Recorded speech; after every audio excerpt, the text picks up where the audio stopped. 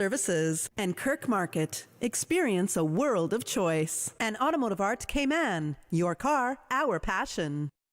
And now, Radio Cayman presents The Buzz, an insightful and fresh take on a variety of issues that impact the local environment. This is where we address the topics that matter. Here's your host, Kathy Miller. Good morning, Cayman. How's everybody doing? It's a beautiful Thursday morning out there. I also want to give a big shout out to Dorman Day, who are new sponsors of The Buzz. So thanks for supporting our show. I am your host, Kathy Miller, and we are going to be talking in the very first segment about aging in the Cayman Islands, in particular about a free forum on Saturday, September 20th at the Westin.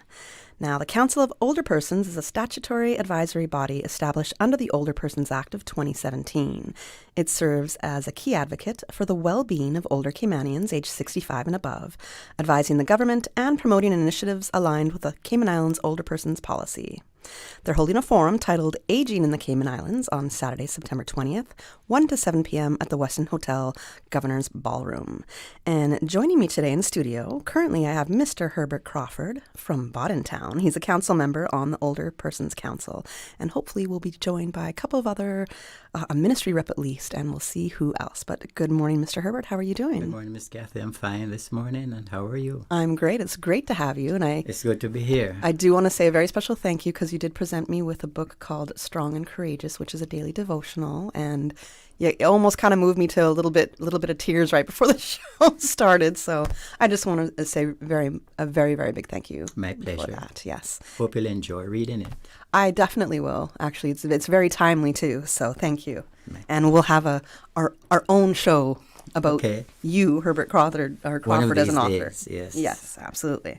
All right. So, as we are still waiting on the other reps to come, I'm starting with you here with some of the questions. Fine. So no if you problem. could share with us how the Older Persons Council works in the Cayman Islands, and how do they help older people advocate for your needs? That's a good question, Kathy. We provide information and referrals for older persons who need help. So we agitate on their behalf. We also work to educate the public about the needs of an aging population, because we do have an aging population in the Cayman Islands, and the public should be aware of that. We also monitor the progress on the older persons policy. Now, this policy was drafted back in 2016, formalized in 2017, and so it's a very comprehensive policy that deals with different aspects of older persons and how we should be taking care of them. As a council, we encourage participation, inclusion, so older persons feel involved in community life. Older persons sometimes feel as if they are left out. They are on the fringes. They have been forgotten and neglected. And so we have to be the driving force in bringing to the public's domain the importance of and the worth and value of the older persons in our communities, in our islands, who built these islands. And we also promote a skills bank, because our older persons have so much knowledge and experience that can benefit Cayman. And I think we need to make an endeavor to capitalize on this knowledge and experience that so many of our older persons have and would like to share. And I think not only government, but the public at large should become more involved and interested in utilizing the skills and experiences of older persons. So I'm a little curious about a skills bank, you said. Yeah. In terms of a skill banks, is what are some of the skills that older persons have that can be utilized? There's a big issue with security, for example. we import a lot of security officers. And I'm certain that some of our older persons, that's one area that they could be utilized to become security officers, right? Some of our older persons, they are good carpenters, they are good masons.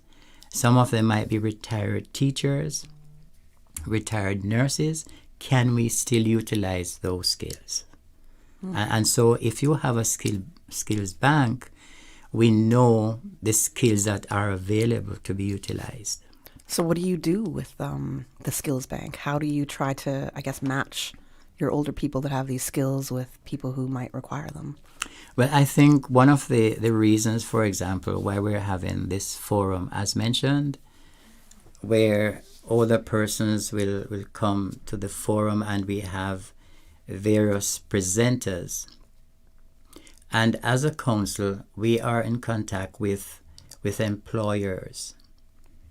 So when opportunities come up, if we know the needs exist in certain establishments, we can recommend those older persons who are capable and who are willing to offer their skill set to those institutions. Okay, I like that. I like how you are able to gather the older people that have some skills that are still able to share today and say, hey, we can still be utilized. I think that's a great thing.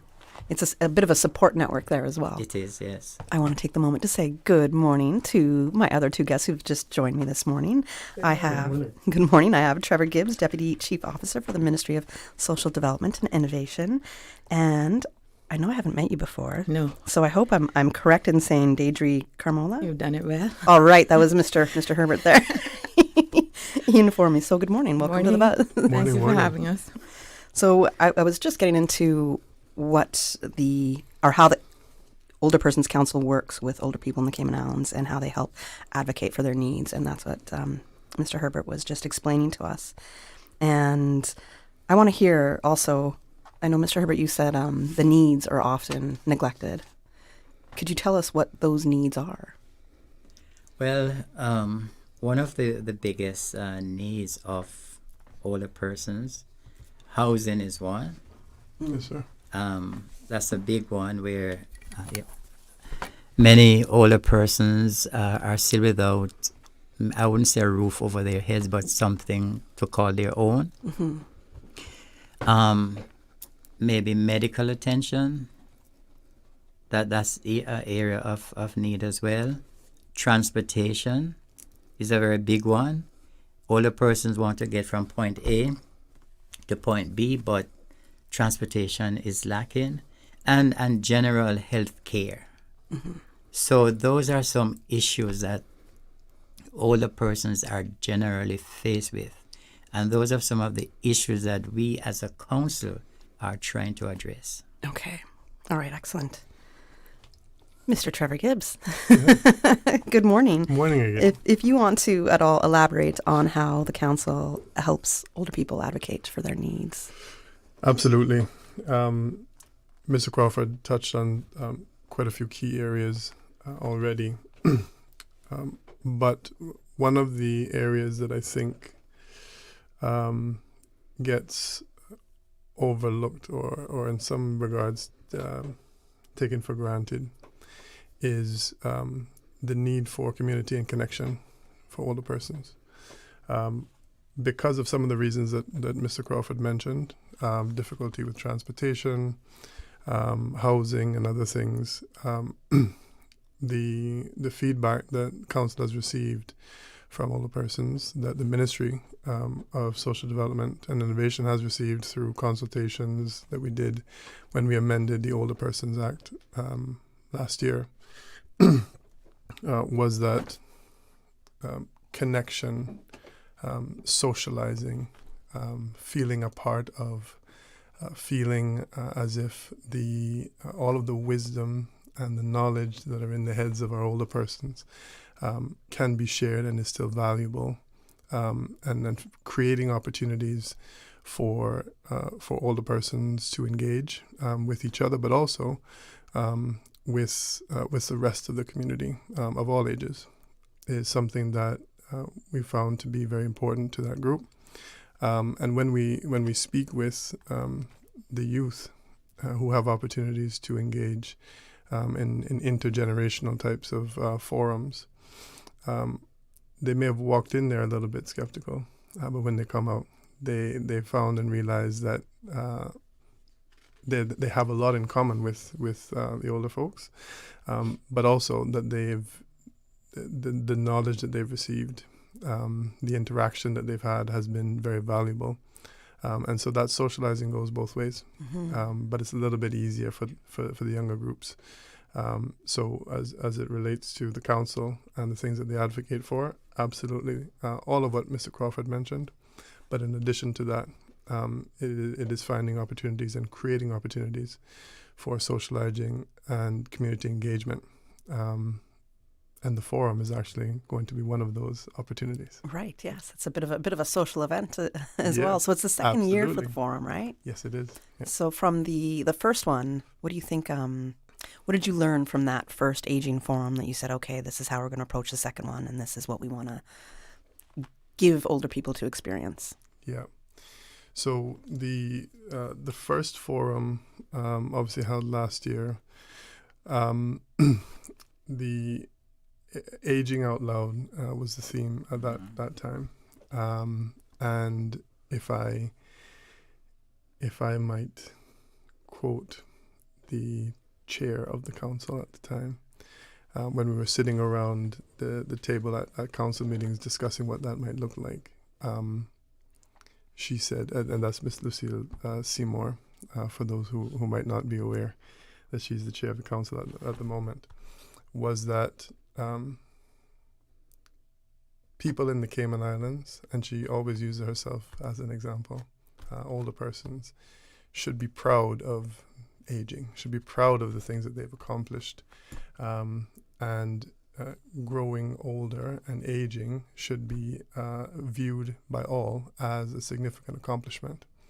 I certainly hope that I'm lucky enough to to age right here in the Cayman Islands, in my home. I know no other, and to feel proud of the things that I've accomplished, and to age out loud, be proud of what I'm doing and what I've done. So that was the concept of the initial forum. I think there were quite a few lessons learned. I know that Mr. Crawford and others were a little bit closer in the planning than I was, so they might be able to chime in on some of the lessons learned. But that was the original sort of theme and driver for that forum, and I know that we're all very proud that this is becoming an annual event, and we'll, with this one will be the second this year, right? And we will continue it going forward. Hopefully so. We got to go to a commercial break right now. When we come back, we'll get into details about the upcoming forum. The Cayman Islands boasts of a long, colorful, and rich history. In tribute to our roots, Radio Cayman, the voice of the Cayman Islands, is pleased to bring you the Historical Vignette Series, brought to you by Rotary Central. For more than 110 years, Rotary members have used their passion, energy, and intelligence to take action on sustainable projects. The Cayman Islands, he hath founded it upon the seas.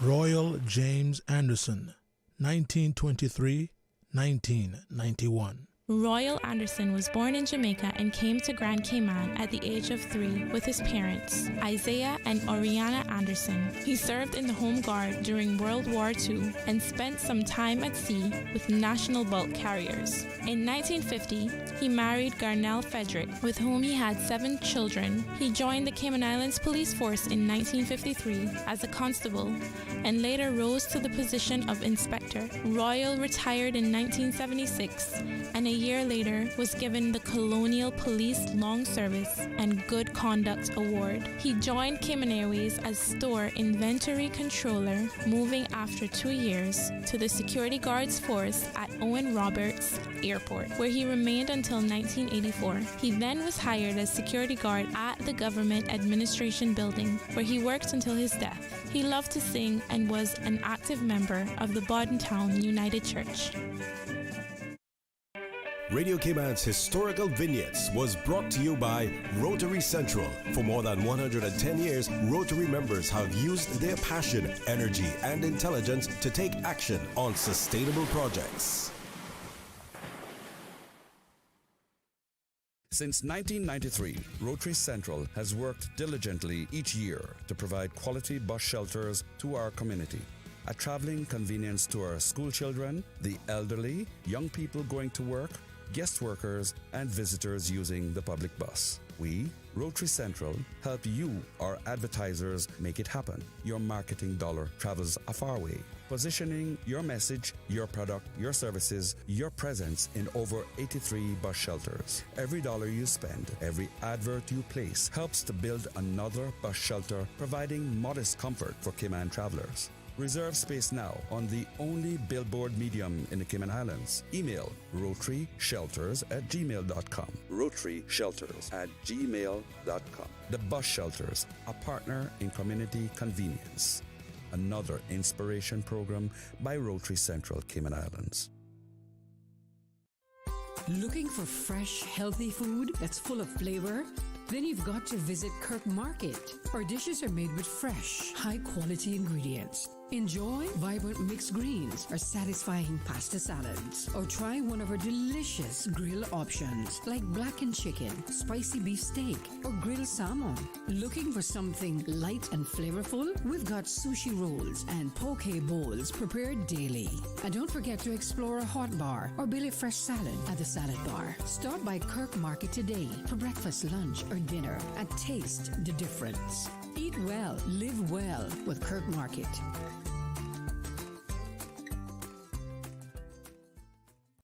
I'm Michael Webster. And I'm Denise Brown of Cayman Insurance Center. Family is not the most important thing, it's everything. We have worked with the community and their families on protecting themselves for the future. Whether it's providing top-rated life insurance or protecting your family's household investment. From our family to yours, we understand and we care. I'm Denise Brown. Call me at 814-7229. And I'm Michael Webster at 925-5433. We are Cayman Insurance Center. Specializing in property, life, and other lines of insurance products and services at an affordable rate. We are Michael and Denise at Cayman Insurance Center. Call today.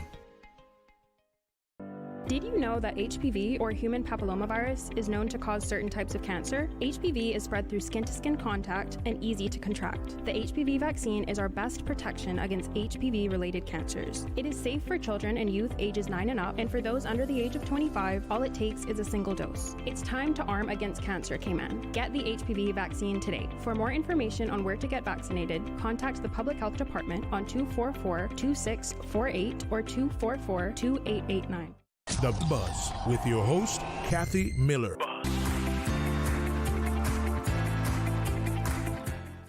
Welcome back to The Buzz. I'm your host, Kathy Miller, and we are talking about aging in the Cayman Islands, specifically about the Aging in the Cayman Islands Forum that's going to be held on Saturday, September 20th, 1 to 7 p.m. at the Westin Hotel Governor's Ballroom. And in studio with me, I have Trevor Gibbs, Deputy Chief Officer for the Ministry of Social Development and Innovation, Mr. Herbert Crawford, Council Member on the Older Persons Council, and Deirdre Carmola, Policy Advisor in the Ministry of Education and a Council Member as well on the Older Persons Council.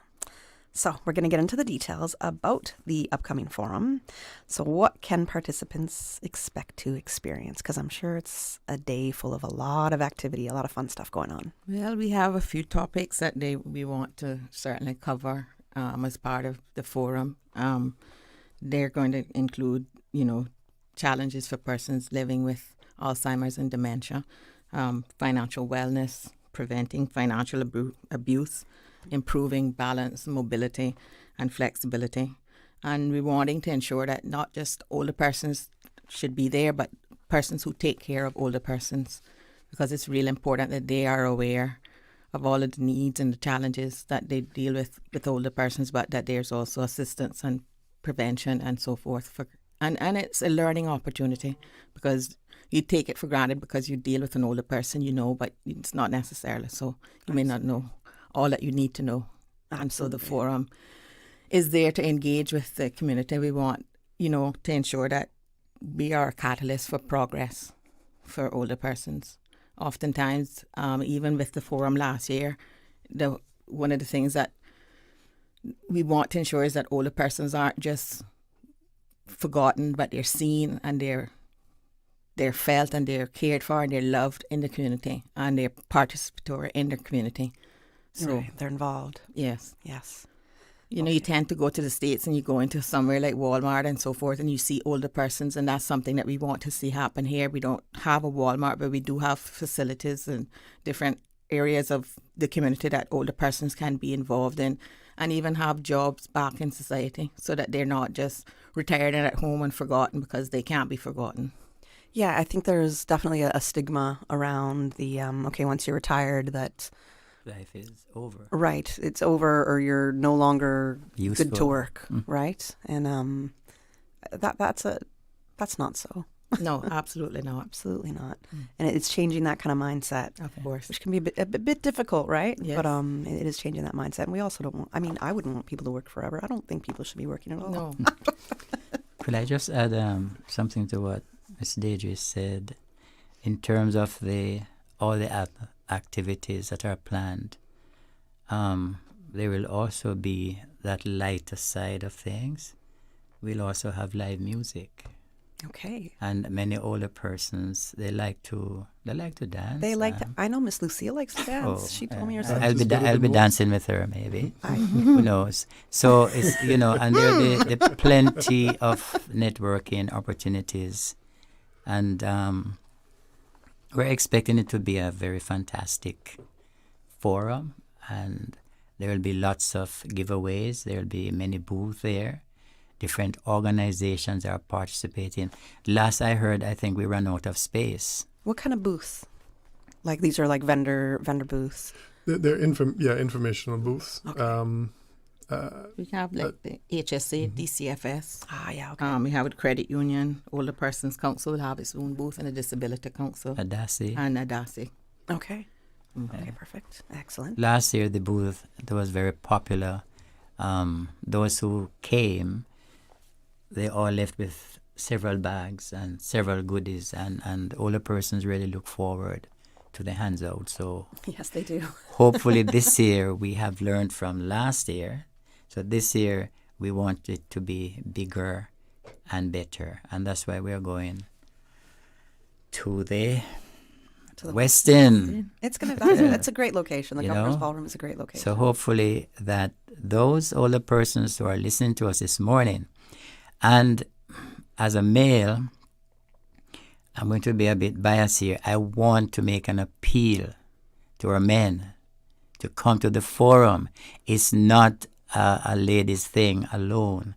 We're all aging together. Yes.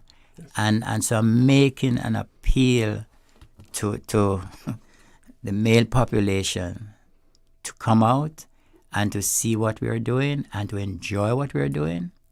Don't wait until you are much older and you can't get out, but come now. I'm appealing to you. Well, usually the men like to go where the ladies are. So I would expect that doesn't change. Well, that hasn't been my experience as a district representative for Bodden Town. And Bodden Town men, you've got to step up. All the different activities that we have been having, it's like myself and two other men faithfully who are there. So I promise that I will make that appeal this morning. Why do you think you're not seeing as many older men come out? Because as men, we feel as if we don't get old or we don't get cold. So we just keep on going forever.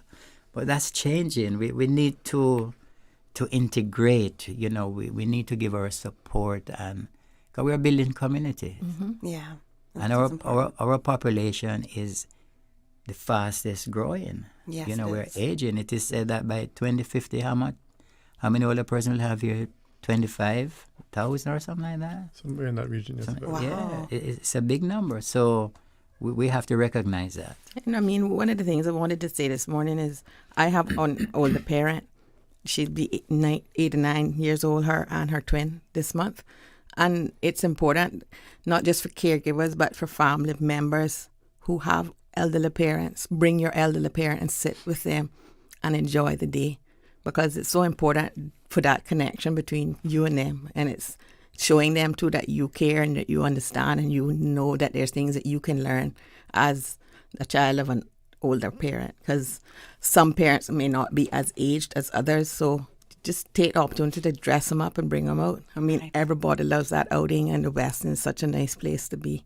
So we want to encourage people to come with their older persons. Absolutely. And just like to say one last thing, that this forum reinforces a message that older persons are valued and must be fully included in Cayman's future. Yes. Completely agree with you. Absolutely. We only have a couple minutes, so when it comes to that as older persons, do you find that they're underutilized assets in the Cayman Islands? Absolutely, yes. Yeah. So what talents or skills or wisdoms could they share more with society if given that opportunity to? So, as I mentioned earlier, the amount of wisdom, knowledge, know-how that is held in the minds of older persons is, to say it's invaluable is an understatement. We have initiatives that are happening all the time. Our sister ministry, the Ministry of Youth, Sports, Culture and Heritage, always trying to find ways to engage older persons and young people, and to really promote the unique culture and heritage of the Cayman Islands. No one knows that culture and heritage better than our older persons. Agreed. And the traditions of Cayman, I don't think you can say that they're fading, but they're harder to come by, the true authentic traditions. And persons like Mr. Herbert and others are invaluable in making sure that we can pass on that knowledge. In addition to that, the lessons that they've learned over time in every stage of life, in every aspect of life, business, raising a family, all of those things, they've been there, done that, got the hat, and the things that they can show us, teach us, to make sure that younger persons maybe don't make the same mistakes that they might have learned from their lessons, is absolutely an incredible resource and something that we should really be tapping into as often as possible. All right. I want to ask you for any final words, because we right now are at the 8 a.m. news time. So in closing, if you want to remind people of anything, forum is on the 20th of September. Forum's on the 20th of September. As Mr. Crawford said, all are welcome. We're encouraging everyone to be there, particularly the men in our community. It is the second older persons forum, and it's going to be an annual event going forward. We'd like to thank our community partners and our sponsors, Ministry of Social Development and Innovation, Ministry of Youth, Sports, Culture and Heritage, Ministry of Health and Sustainability, Credit Union, and the Health Services Authority. All right. Thank you so much for joining me this morning on The Buzz. I know it was a short but sweet little segment that we had, and I would love to speak longer. We had a longer time. Me too. But there's so much to talk about. Just quickly, Kathy, those that are in need of transportation, it'd be important for them to get in touch with their community persons and let them know that they're in need of transportation. All right. That's an excellent point. Great point to make. Thank you. Remember to register online. And if they need to call somebody, they can call 926-4475 and ask for Carleen Bramwell. All right. Well, Carleen, we just gave your number out. I hope you're good with that. All right. We're going to go to the slightly after 8 a.m. news. Thank you, Kathy. And studio time by Foster's is a minute after 8.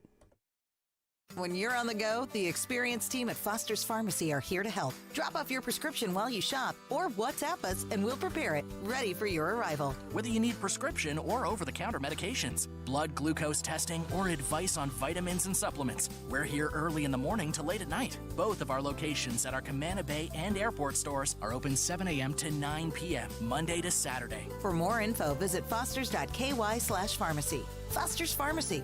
Better health because we care.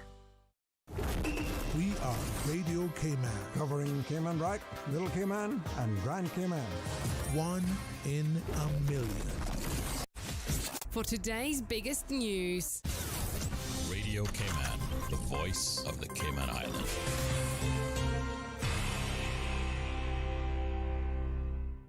With your latest news, I'm Carsley Fuller. A man is arrested for assault after a car crash in West Bay. Here's Radio Cayman's Felicia Rankin with the details. Shortly after 10 a.m. yesterday, September 9th, officers responded to a report of a serious collision in West Bay in the vicinity of Fountain Road and Velma Banks Drive, where an Acura sedan struck a motorcycle/scooter, causing serious injuries to the rider before fleeing the scene. Emergency medical services attended the location and the man was transported to the Anthony Eden Hospital for treatment. Officers conducted inquiries, which revealed the driver of the Acura had been involved in an altercation with the rider of the scooter just prior to the collision and had allegedly struck the rider deliberately. Shortly afterwards, the driver of the Acura, a man aged 45 residing in West Bay, attended the West Bay police station with injuries which he claimed to have sustained in the altercation prior to the collision. He was transported by ambulance to the hospital for treatment. Upon being discharged, he was arrested by police on suspicion of assault, GBH, in relation to the collision and was taken into custody.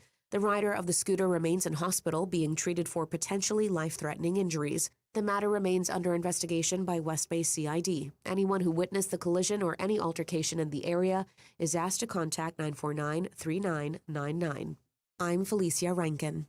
A man visiting Cayman on the hunt to buy property heads to court after attempting to bring bullets into the country. Here's Radio Cayman's Jevi Ebanks. Keith Wing, a U.S. citizen from Texas, appeared in summary court on Tuesday, charged with possession of 8 rounds of .308 Winchester hunting ammunition upon entering the Cayman Islands. According to the Crown, the bullets were discovered during a routine search of Mr. Wing's bag on the 4th of September after he arrived via a private aircraft. Mr. Wing explained to officers that he had inadvertently left the ammunition in his bag following a hunting trip just the day before. He described the oversight as a boneheaded mistake and entered a guilty plea. The matter was adjourned to Wednesday to allow time for further investigation into his residency status. The court learned that Mr. Wing is not a property owner, but an investor in a development project that is still under construction. His visit was to inspect the progress of the property, which led the chief magistrate to treat him as a visitor rather than a part-time resident. Mr. Wing was fined $20,000 CI and given 48 hours to pay. Jevi Ebanks, Radio Cayman News. In other news. Hello, Cayman Islands. I have some exciting news to share with you today. In a promotional video, Tourism Minister the Honorable Gary Ruddy announced that JetBlue is resuming year-round service from Fort Lauderdale to Owen Roberts International Airport starting this winter. The service will operate 3 times weekly on Tuesdays, Thursdays, and Saturdays. This is our 5th new route just in time for the winter season, and it is great news for our tourism industry. Cayman's winter calendar is packed for visitors with events such as the Marathon, Cayman Cookout, the Ag Show, and Red Sky at Night. The clock is ticking to get your nominations in for this year's Older Persons Month ambassadors. Radio Cayman's April Cummings brings us this report. Celebrated annually through the month of October, ambassadors are chosen to represent and highlight the contributions of Cayman's older generation. The Ambassador Award recognizes individuals 65 and older who are of good character and have made substantial impact at the community, district, or national level. The theme for this year highlights the importance of intergenerational connections and recognizes how the wisdom, leadership, and experience of our seniors continue to shape Cayman's future. The Minister for Social Development and Innovation, the Honorable Isaac Rankin, shares his thoughts on the Ambassador Program as well as details on an upcoming event to honor older persons. I'm truly excited about the upcoming Aging Forum, which is hosted by the Council for Older Persons, which falls under my ministry. This event is about more than policy. It's about honoring the men and women who built our islands, listening to their voices, and ensuring that every Caymanian can age with dignity and respect. I warmly invite you to join us on Saturday, 20th September at the Westin Grand Cayman as we come together to celebrate our older persons, address the challenges they face, and shape a future where no one is left behind. Let's stand united to our parents, our grandparents, and the generations to come. I look forward to seeing you there. Nominations are now open for the Ambassador Award, with the deadline for submissions set to close on Thursday, the 18th of September. Nomination forms can be found at gov.ky. That's your latest news. I'm Karsley Fuller. Stay in touch with Radio Cayman with the latest up-to-date, accurate news and information. For your convenience, the headline news will be repeated on our sister station, Breeze 105.3 FM, weekdays at 8:30 a.m. Follow Radio Cayman on social media, Facebook, Instagram, Twitter, or download the Radio Cayman app in the App Store, or log on to www.radiocayman.gov.ky and stay connected to what's happening in the community. Radio Cayman, your voice, your choice, your radio. Tune in every Monday through Friday at 12 p.m. for Radio Cayman's Midday Newscast. Radio Cayman, the People's Station, your trusted official source for the latest news. The 12 p.m. news is proudly brought to you by Health City Cayman Islands. World-class healthcare within your reach. Social media, X, formerly Twitter, Facebook, Instagram. Interact with our talk shows on YouTube. Download our official Radio Cayman app, or you can log on to our website, www.radiocayman.gov.ky. You can also add us to WhatsApp on 925-3261. All the latest information, breaking news, community events, and more. Radio Cayman. The 8 a.m. weather update, brought to you by CG Britcade, where people come first.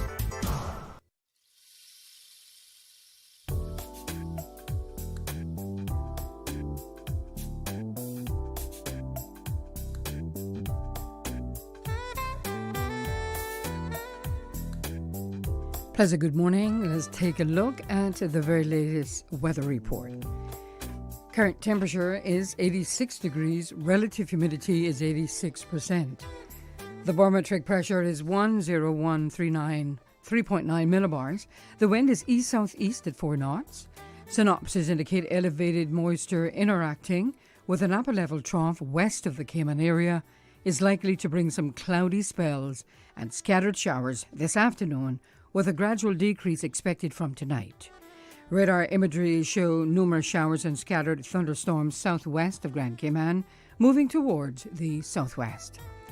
Now the forecast for the Cayman Islands for today, calling for partly cloudy skies with cloudy spells later and a 40% chance of showers and some thunder this afternoon. Showers will be locally heavy at times, and temperatures will be in the low 90s with a heat index near 106 degrees Fahrenheit. It's going to be a hot day. Winds will be east to northeast at 5 to 10 knots, and seas will be slight with wave heights of 1 to 3 feet. Tonight, partly cloudy skies with a 30% chance of showers and possible thunder, and temperatures falling near the low 80s. Tonight, your winds will be east to northeast 5 to 10 knots, and seas will be slight with wave heights of 1 to 3 feet. Low tide will be this afternoon at 12:17, high tide this evening at 8 minutes after 6, and a low tide to occur tonight again at 11:42. The sun will set this evening at 6:30 and will rise tomorrow morning at 6:13. And the outlook is calling for light and variable winds from Friday afternoon as the pressure gradient across the northwest Caribbean continues to decrease. And that's the very latest on your weather report.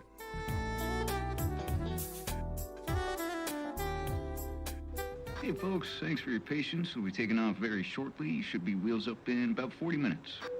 And due to a bumpy ride, snacks and beverage service has been suspended. AC has given us some trouble. Sorry folks. And Wi-Fi is out. And so is the entertainment. Yeah, I'm sorry about the smell, folks. We are aware. I know. Just one more quick note. We are going to have to deplane. Come on! We're like the plane ride that isn't a nightmare. CG Britcade. Good like that. The 8 a.m. weather update, brought to you by CG Britcade, where people come first. The Lions Club of Grand Cayman is proud to continue to serve our island community The club continues to host successful community projects like the Prostate and Colon Cancer Awareness Campaign, free site screening in schools, spelling bee, swim meets, and their community pantry. The Lions Club of Grand Cayman looks forward to continuing their service for many years to come. The Lions Club of Grand Cayman, where there's a need, there's a lion, serving the community for over 50 years. Marriage is a journey worth investing in. On Saturday, September 20th, join author, coach, and speaker, Mr. Wesley Jones from Panama, for a life-changing marriage workshop at the Generational Hub, Old Woods Furniture Store behind Airport Fosters. Discover tips on how to continue loving in your marriage, strengthen your bond, and inspire the next generation that marriage works. Enjoy breakfast at 10 a.m., followed by a powerful workshop and question and answer session. Space is limited. RSVP as soon as possible. Call 916-6182. A Campton gift certificate is up for grabs for the person inviting the most couples. This is a free event. Strong marriages build strong families, and strong families build strong communities. The traffic report is brought to you by Subway. Enjoy a delicious start to your day with breakfast from Subway. Good morning. Let us check in with traffic, see what's happening on the roads. Coming off of Bobby Thompson Way, steady traffic, and continuing on to Huldah Avenue, as well as off the Linford Pearson Highway on Agnes Way.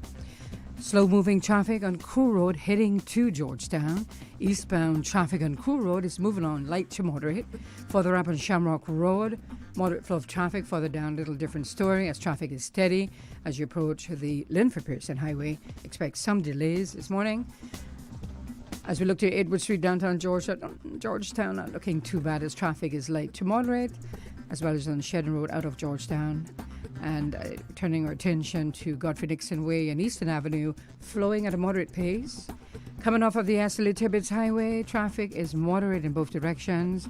And on North Sound Road, steady but flowing traffic.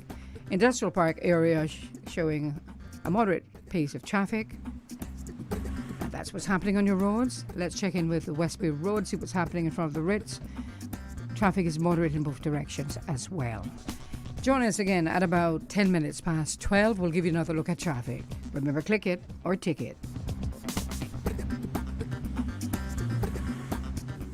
Get ready for something sweet, spicy, and totally crave-worthy. The hot honey chicken sandwich is here, and it's bringing the heat. We've taken our tender, juicy chicken and drenched it in bold, hot honey sauce for the perfect balance of sweetness and spice. But hurry, this one's only here for a limited time. Hot honey chicken. Try it today before it's gone. Subway. Eat fresh. The traffic report is brought to you by Subway. Enjoy a delicious start to your day with breakfast from Subway. Mark your calendars for the Caribbean's ultimate gaming event. In the heart of the Caribbean, a storm is rising, the battleground is set, and the ultimate showdown is about to begin. This year, the games hit harder than ever. Fortnite, FC 25, Super Smash Bros, NBA 2K25, and iRacing. Whether you're building, brawling, scoring, or driving, this is your stage. Top cosplayers, content creators, and gamers are flying in for one epic weekend in Grand Cayman. Meet Brown Bakugo, Kawiwi, and Austin John Plays. Snap pics, get autographs, or even one-on-one them live on stage. Gamers Bay isn't just a tournament, it's cosplay, merch, VR, creator booth, free play zones, prizes, and the epicenter of Caribbean esports. Think you've got what it takes? Step up and compete for your share of $10,000 in cash and prizes. Win glory, bragging rights, and cold hard cash. Gamers Bay 9, September 27th and 28th at the John Gray Gymnasium. Level up, lock in, let's play. For tickets and team registrations, head over to gamersbayevent.com. The Buzz with your host, Kathy Miller.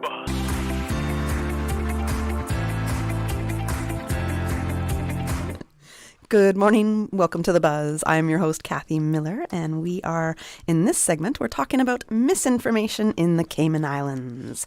Now, cybercrime in Cayman is on the rise, from fake investment ads using AI deepfakes of our leaders to SMS scams claiming to be government offices, and no one is immune. And today we're breaking down how misinformation and scams spread, why Caymanians are being targeted, and what you can do to protect yourself. Notably, over the summer, the public was warned of a handful of scams running, including online investment opportunity schemes, work permit scams, and fake social media posts. In tackling the rise of misinformation in the Cayman Islands, I am welcoming to the show Miss Alethia Lambert. She's the head of public relations in the Department of Communications, and Miss Pamela Greene, the chief information security officer. We were to be joined by Mr. John Watson, head of cybercrime investigation with the RCIPS, but he is unable to make it this morning, so I'm joined by the ladies only this morning, which is great. No problem. How are you doing today? Very good. Good morning to you. Good morning. Yes, good morning. I'm doing good, and good morning to your listeners. Yes, Alethia, we're always talking off air. Yes. So it's nice to have you now on the Buzz, on a show. Good to have you here. And Miss Pam, I've heard so much about you over the years. So I just, for some reason, I pictured you as somebody else. So when I met you this morning, I was like, oh, you're Pam. But no, I've heard so many great things about you, especially when it comes to the cybersecurity with our government. So thank you for your kind words. You've got a great thing going on. Yeah, no problem. All right, so let's start with basically the misinformation campaign in Cayman. Why did government even start to have this campaign? Yeah, I'll start. So back in 2019 when I started, there was a plethora of fake social media accounts, fake images of our leaders, and it was very much all there. And there was a lot of frustration about the fact that it was there, they recognised it was being reported to them, and there was no way to quickly get it down. Some of it was there for 6 months, 8 months, a year. Very, very frustrating all round. So, there's that abuse button you can press. And they said, well, we've been pressing that abuse button and been reporting it via that, and nothing happened. So I sat down with our communications team. And I said, well, what are we going to do? Are we going to just stop at pressing the button? And so we decided to actually write to the social media companies on government-headed paper and to express to them that the unacceptability of it and that we wanted action within 7 days. We wanted it removed. And we thought, well, it's just one letter of many that they will be receiving. But surprisingly, they took action and we started to see it all disappearing. So over the course of a year or so, we probably wrote 120 letters to all sorts of people, from the Facebooks to the Instagrams, Twitter, website hosting company, and it proved very successful. But we said, this is not sustainable. What do we need to do to build proper protocols and services and systems to make sure? And we've done that, but we recognise that misinformation will always be there for a point in time, and we needed to go further. So at this point, I'll hand you over to Miss Alethia. Yes, Kathy, as people would say, fake news spreads faster than fact. Yeah. And we've seen that. We've seen increase in misinformation, which is people spreading information that may be inaccurate and misleading, and they may not know that it's disinformation.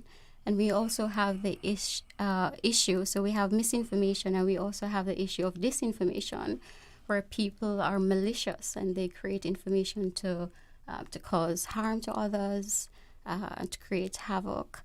So the Department of Communication has... So wait, hold on. There's misinformation and disinformation? That's correct. Can you once again give us that difference? Yes. So as I said, misinformation is false, incomplete, or inaccurate information that is shared by people who may not know that the information is incorrect or misleading. And disinformation is incorrect information that is intentionally spread to gain influence, to manipulate, and so forth. Okay. So we have seen this in government. So the Department of Communication we have this misinformation campaign, and essentially we want to increase awareness about these impersonation scams. We've seen the use of AI, artificial intelligence, generated voices, imagery, and we've seen an increase of that. And we want to empower the public to make good decisions, to report these things, as Pam said. We can actually report to the platforms, the Instagram, the Facebook, and we want to encourage people to not engage when they see misleading information, but to verify before you pass on information. So that is what the campaign is about. Particularly, we're targeting users on YouTube, Facebook, and generally social media. So we're working with RCIPS as well as the Cybersecurity Office to get the word out and for general public civil servants to make good decisions when before they share information. I remember when government started with some cybersecurity initiatives, and one of them, that phishing button that would pop up on your Outlook, for example, and I might abuse that a lot. Anything suspicious to me, fish. I keep hitting this, but it was, I want to say in the last year, a couple years, and you'll be familiar with this email because it did go to government users. It was about a piano. I think it was a Steinway piano. And I might be saying the name wrong. I'm sorry to my music aficionados out there, but I think it's Steinway. And I just remember this is a very expensive piano, like a lot of money. So I was like, there's no way they're giving this for free. Like, even if you were somebody of a lot of wealth that, is giving away some of your assets, whatever it might be, you'd probably give it to like a museum, a school. I mean, we're talking tens of thousands of dollars for this piano. So I was like, there's no way. And but I just remember sitting there and reading it and going over it and thinking about it a lot before I even hit the phishing thing. And anyway, I finally did. But there was just, that was one of the prominent ones that stood out to me because it came a few times. And I think it was just that piano that really stood out to me. I was like, no, that can't be. But that's because I had that tiny little knowledge, perhaps, of that brand and the value of that brand, right? A lot of people might not have that in these fake emails that we get, these scam emails. It's too much. It's a lot. It is. I don't know what to do half the time. So when it comes down to it, who is being targeted? Is it a certain section of people or age group of people? The targeting is quite broad. Anybody that has access to digital assets, I'm talking about a mobile phone, a tablet, or a computer, can potentially be targeted. We're also targeted because we're human beings and we're more trusting. We're targeted because we have certain interest. We're targeted for multiple reasons. So I think the best thing to assume is that you can be targeted.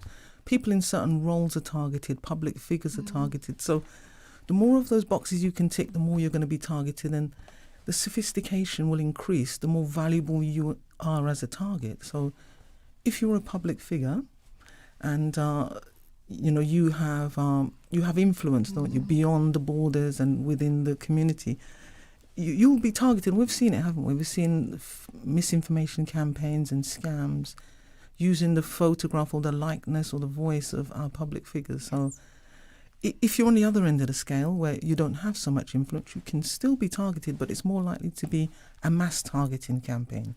So you might receive an SMS message or a general phishing email about something topical and local. So what the scammers do, they do quite a lot of research. They're quite sophisticated in their thinking and the psychological aspect around targeting. So they'll look at a local controversy or a local event, and they will use that as the basis for the targeting. So it might be the port, or it might be some change that's happening in the law. When they think many people are likely to sort of click or engage with that. And they will engage over a long period of time if they need to. If you think about an investment scam, no one's going to invest their money based on one email and one click. So they will mix it up a bit. They will start with an email, then they will start with telephone calls, and there's more content being provided, and you're chatting to somebody but you don't know who you're chatting to, because the AI can make any voice, actually, any language. It can be a person. It can be an agent. You can have your own. Yeah, you can have any dialect, any voice, any tone, any mannerism. AI can do that for you. So you think that, they've taken you along a journey. And they've pressurized you along that journey. So it becomes very easy in the end to make that investment decision. And they might say, well, invest this first amount, buy some Bitcoins, and you can see that Bitcoin is price X. They're offering you from X minus Y. And you think, well, that looks good. And they say, well, look, here's your dividend, or here's your... And then they lure you in over a period of time before you realise that you're in too far, too deep. So if the certain scamming trends that are happening right now is the investment scheme, that is one of the trends that we're seeing right now, at least for Cayman? Yes, absolutely. We're seeing that quite a lot. We're seeing mass campaigns. We've seen some even recently in the last week or two, which once in a lifetime offer, motor runner, for Cayman, do it now if you don't, that sort of thing. But we're also seeing very targeted scams at individuals. Yes. Can you elaborate on that? Yeah, I mean, John Watson, our SIPS inspector, who's the head of the Digital Forensics Unit, spoke to some of that where, individuals were targeted and they actually lost money. So wow! So that did happen. Okay. Yeah, I think so. Yeah. I mean, that's what he explained to us. And that's something I'm very paranoid about because around 2 years ago or so, I think when ChatGPT first really came out, which was a few years ago, 3 years ago, maybe now, 2023 almost. That's only 2 years ago. Anyways, and there was, kind of just all learning about ChatGPT, and then there was talks about it happened in the UK. So it was a story in the UK about an elderly person. Their bank manager calls them, and they know the bank manager. They know the person's voice. They've had a relationship with them for years, and they think they're having a conversation with that bank manager who asked them for a couple details about their accounts. Because of that trust and relationship there, that elderly person gave the info. That account was completely cleaned out. Lot of money just completely cleaned out. And there was a few more cases of that, and it was whoever these scammers are, they're using the AI technology that can completely duplicate somebody's voice. Yeah. It can be a little harder with certain accents because there's certain nuances in voice and whatnot, but imagine it's somebody that you're used to talking. You might not notice deflection in the voice a little bit, but it could be something with the phone, right? It could be the connection on the phone. And you think, oh, you sound a little bit more hollow today or whatever it might be, right? But yeah, I'm pretty sure this is the bank manager. So anyway, they gave the info. All the money was gone. I tell you, when my bank calls me, right away, I'm like, I think you're scamming me. All the time. I think you're scamming me. I will call you back on the whatever number. Give me your name and whatever. And then I'll try to get through back to you, right? Which is a risk because then you're not going to get back to the person on the phone likely that you need to. Yeah, but I do that. That's an important point, though, because lots of the phishing emails, they'll say, well, if you're unsure, call this number. And they can actually use a local number, right? So it's not going to be some overseas number where you say, well, that's obvious. So always Google and get the trusted number, or go into your own phone and find the number that you've used in the past. The phishing email, the number in the phishing email, the telephone number, it's all a scam. Right. Yes, and Kathy, as you mentioned, the AI impersonations. We've seen the increase in online videos and ads using artificial intelligence to impersonate government officials. You've seen it here, and an uptick of that recently.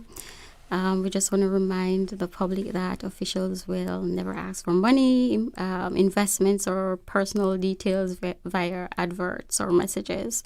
And there are some things that you need to look out for when you have the unnatural, out of sync voice and mouth movements. You see that. And you have the Pam mentioned this urgent request to invest, do it now, or you may lose out on the opportunity. Usually if it sounds too good to be true, Yeah, usually and then you have links to unfamiliar websites, and that is always a catch. So, if you try to click on these links, you can cause damage to they'll pull information from your equipment. And the posts are usually not from government accounts. So they'll use some account that's been created somewhere and try to get the information. So verifications are important for us to verify, to look carefully, because there's just maybe one thing, instead of gov.ky, maybe gov1.ky. So there's one little detail. So if you're not very keen and very observant, you'll think it's a website or an email address that and believe it's correct, but there's something that throws you off. Right. Yeah. So and we have to be fast. very, very, very observant before we click and before we share. I agree with you. Yes. And we move fast. We're in a world that we kind of everything hits us. A lot of things are hitting us. It's very fast consumption of things, and we move on. And when we don't take the time, just a little bit of extra time to review something, make sure it's the appropriate link or message, whatever it might be, that's when you can fall into some trouble. So take the time. Yeah, and the troubling thing is, if that little one change in the website link is as Miss Alethia said, it's a 1 instead of a Y, and you don't notice, and you actually click it. When the website comes up, the page or whatever, it looks legitimate, whether it looks like, because they can easily copy, scrape it, and make it look exactly like your bank's website or government's website. And from there, you're hooked, because there's no way to tell after that. Oh, wow. I'm glad I haven't gotten there lately. I'm going to get my eyes checked again. All right, we're going to go to our first commercial break, and when we come back, we will continue the discussion about misinformation in the Cayman Islands. Looking for fresh, healthy food that's full of flavor? Then you've got to visit Kirk Market. Our dishes are made with fresh, high-quality ingredients. Enjoy vibrant mixed greens or satisfying pasta salads. Or try one of our delicious grill options like blackened chicken, spicy beef steak, or grilled salmon. Looking for something light and flavorful? We've got sushi rolls and poke bowls prepared daily. And don't forget to explore a hot bar or Billy Fresh salad at the salad bar. Stop by Kirk Market today for breakfast, lunch, or dinner and taste the difference. Eat well, live well with Kirk Market.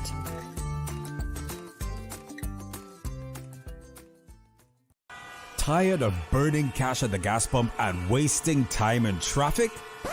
Say goodbye to gridlock and hello to freedom with a Kimco scooter from Automotive Art. Trusted in over 100 countries, Kimco is now known worldwide for reliable, fuel-efficient scooters built to last. Perfect for Cayman's roads. With 2 models to choose from, the Agility 125cc for just $23.99 and the Agility RS Naked 125cc for $24.99. It's the smart, budget-friendly way to beat traffic and cut costs. Visit Automotive Art today and ride smarter with Kimco, because saving money should never mean slowing down.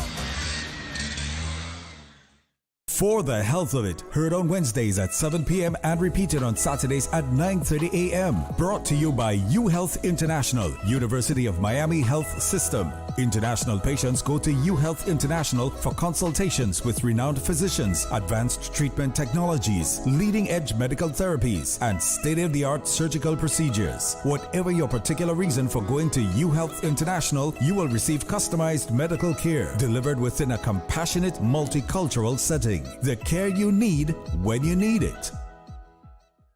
The 7:20 a.m. Weather Report, Monday through Friday, is brought to you by Credit Union, on the road to 50 years of serving our members. Visit creditunion.ky to join today. The Buzz with your host, Kathy Miller.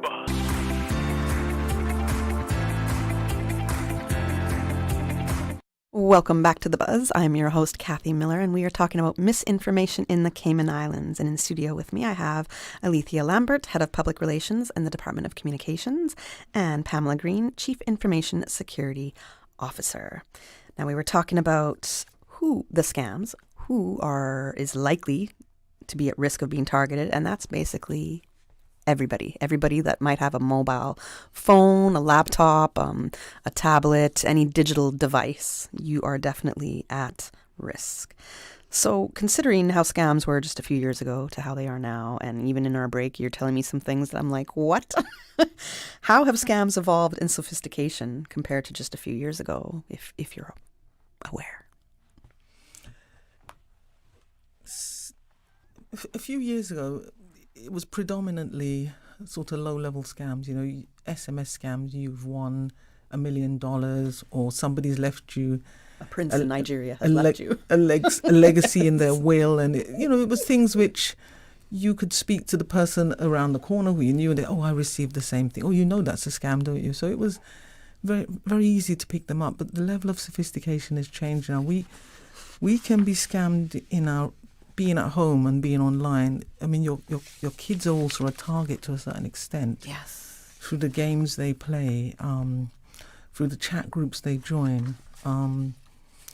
If your connectivity at home is not secure, then again, somebody could infiltrate your home Wi-Fi, scam you and your whole family.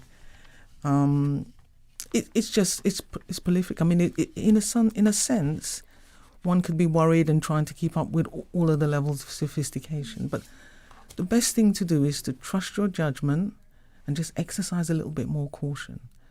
when information is pushed to you, that's when you need to be suspicious. Somebody pushes. When I say push, I mean you've received an SMS, you've received an email out of the blue which doesn't feel right.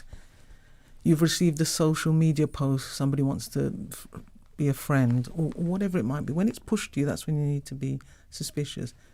When you're going out there yourself, just use the known browsers, check things out yourself, do your own research. That's all you can really do, because when Wait, you said use the non-browsers? No, using standard browsers that you normally use. Okay, gotcha. Google or Edge or Firefox, whichever browser that you use, find things out yourself. Like you quite rightly said, if you receive a call from your bank, I mean, how likely is it that your bank will call you? I mean, it is possible, but it's been my card getting scammed, yes. Yeah. Or something along the lines of that I'm like, now, do I really believe you? But yes. Interestingly, even if they call you in that situation, they're going to be asking you lots of questions. They're going to say, tell me this number, that number.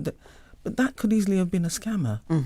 So the best thing to do is go into the bank if you're able to, or get the telephone number via your own means and then call them back. I know, like you said, you wouldn't be speaking to the same person, but it's better safe than sorry. Yeah, absolutely. Yeah. As it relates to government, there are some key giveaways. For example, if they see something on social media and it's purporting to be government, but the government logo is not there or the crest is not there, it's likely not to be government. If they use incorrect or non-government URL, that is what when you see, whether it's www or the website address. Yes.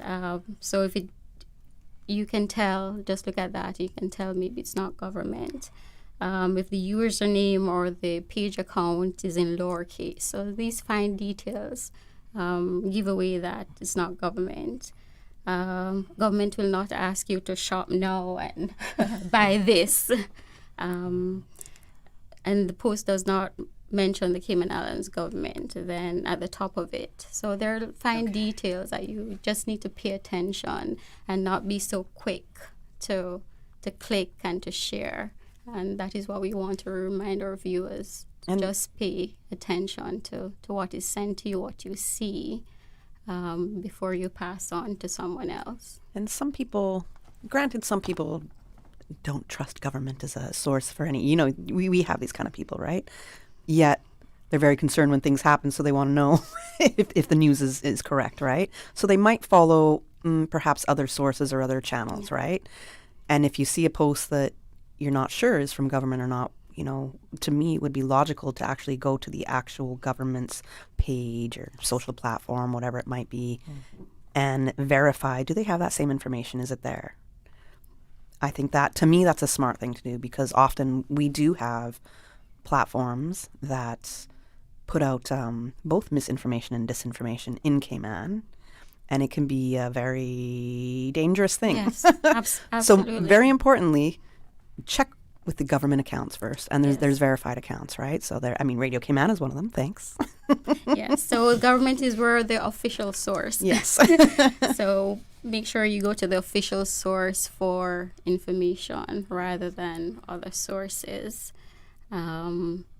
Check. There are simple things. If there is a verification badge, that is often an indication that it's official. So. So that's the key thing that we share with our public. Check to make sure that it's official government source. All right.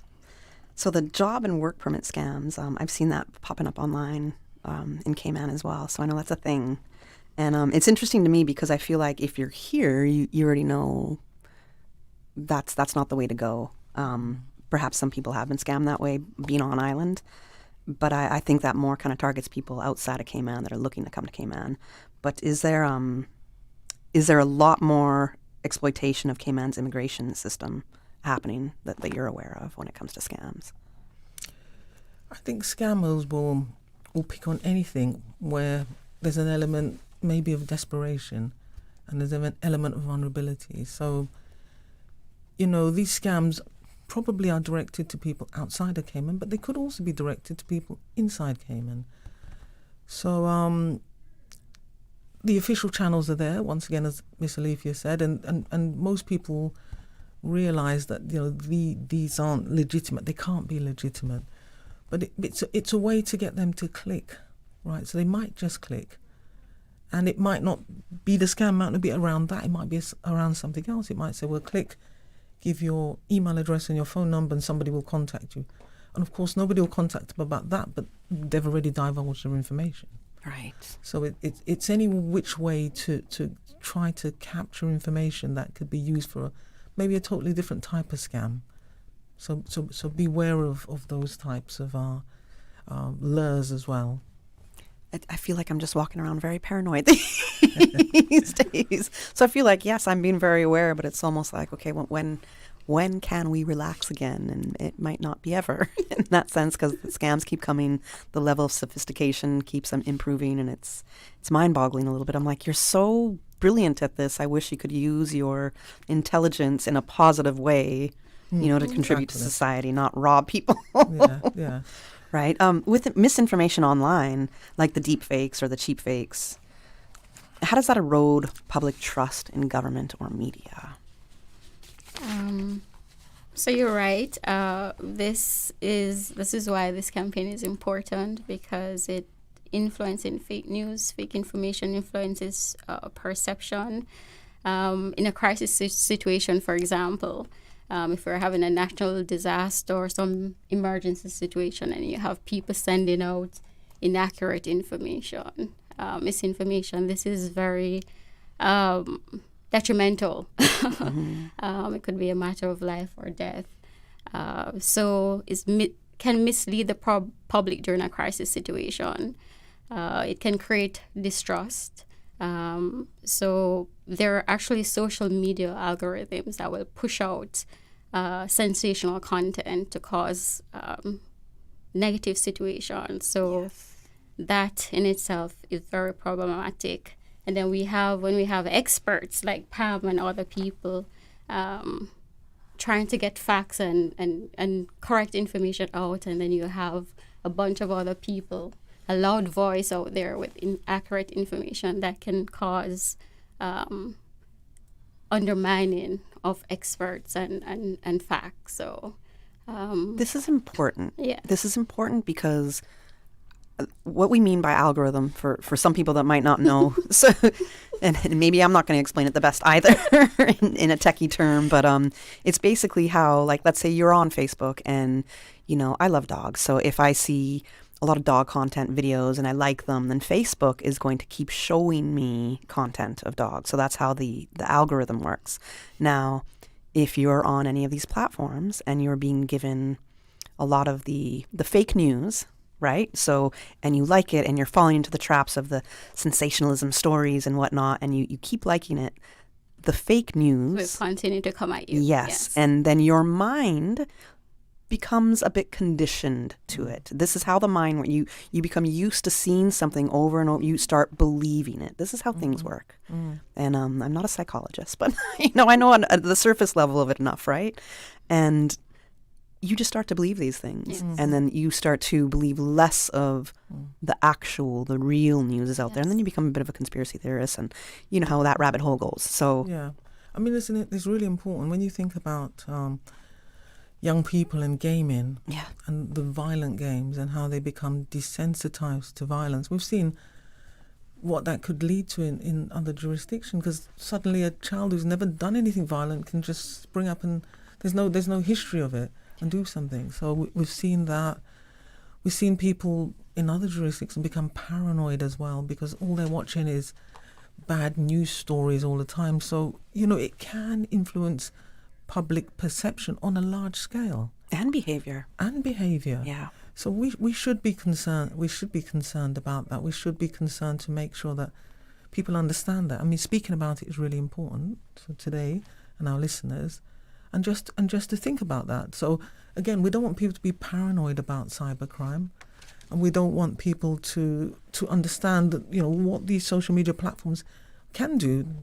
And we need to make sure that the right information gets out, the right balance of information, it's correct. Everybody seems to be driving towards who's fastest to get the news story out there, whether or not it's accurate. And Right. And of course, we... That's a big problem. Yeah. It is. And it's really hard after something inaccurate has gone out there to try to sort of put the right narrative and the right facts around it. So, of course, that's the way of the world. But as a government, we have a responsibility. It's very important, Pam. It takes years to build trust, right? And it takes a moment to shatter it. So if you're a trusted news source and I'm seeing you post inaccurately or misleading information or just lies, things that aren't actually verified and haven't been checked out, and I see you posting these things, to me it's, and it's a lie, I don't trust you anymore. So it might have taken years to build that relationship, and it only takes a moment to destroy it. So again, to me, it just hones the importance of official news channels or media channels in that sense. Yes, okay. So we got to go to a commercial break. And we're deviating a little bit. We got into a commercial break, and then we're going to have to wrap our segment soon. So we're going to get some tips from you when it comes to how to protect yourself online, but we'll hear about that after the commercial break.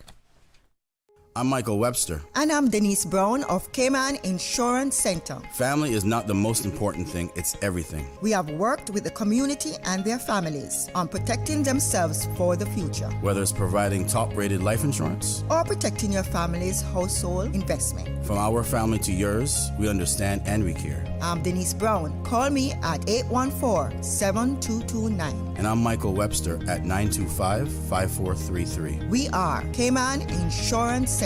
Specializing in property, life, and other lines of insurance products and services at an affordable rate. We are Michael and Denise at Cayman Insurance Center. Call today. Looking for fresh, healthy food that's full of flavor? Then you've got to visit Kirk Market. Our dishes are made with fresh, high-quality ingredients. Enjoy vibrant mixed greens or satisfying pasta salads. Or try one of our delicious grill options like blackened chicken, spicy beef steak, or grilled salmon. Looking for something light and flavorful? We've got sushi rolls and poke bowls prepared daily. And don't forget to explore a hot bar or Billy Fresh salad at the salad bar. Stop by Kirk Market today for breakfast, lunch, or dinner and taste the difference. Eat well, live well with Kirk Market.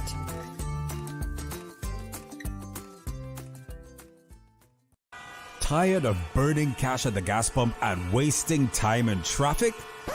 Say goodbye to gridlock and hello to freedom with a Kimco scooter from Automotive Art. Trusted in over 100 countries, Kimco is now known worldwide for reliable, fuel-efficient scooters built to last. Perfect for Cayman's roads. With two models to choose from, the Agility 125cc for just $23.99 and the Agility RS Naked 125cc for $24.99. It's the smart, budget-friendly way to beat traffic and cut costs. Visit Automotive Art today and ride smarter with Kimco, because saving money should never mean slowing down. The Buzz with your host, Kathy Miller.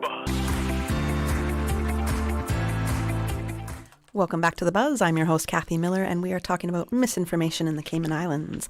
I have in studio with me Alethia Lambert. She's the head of public relations in the Department of Communications, and Pamela Greene, Chief Information Security Officer. We are missing Mr. John Watson, who's head of cybercrime investigation with the RCIPS. And, maybe we'll hear from him in the future. But I know that he had some information, too, that he wanted to share with us in regards to kind of the stats and what they're seeing from the RCIPS when it comes to cybercrime and misinformation in Cayman. So when it comes to, because we didn't say what those government channels are, the official government channels. So when it comes to where Cayman's residents should be tuning into or paying attention to when it comes to official news, can you let us know what those channels are? Yes, so when you have any doubt about information, you need to verify with our official government sources, and it's gov.ky. On Facebook or Twitter or Instagram is at CaymanGov. So that's the handle on social media. We usually send out statements about if you see anything, any kind of scam that's targeting government officials. We always publish them on our misinformation page on government website, and listeners can find that at gov.ky Misinformation. Yes. So use these sources to verify information. And just some tips to share with listeners. I think Pam may have mentioned them before. It's okay to ignore suspicious messages. You don't have to click on anything. Just ignore them. You can report some of these issues. If John was here, he would tell you that you can make reports to RCIPS. You can also make reports to these social media platforms as well. And it's important to stay informed as to these scams that we're seeing pop up in our environment.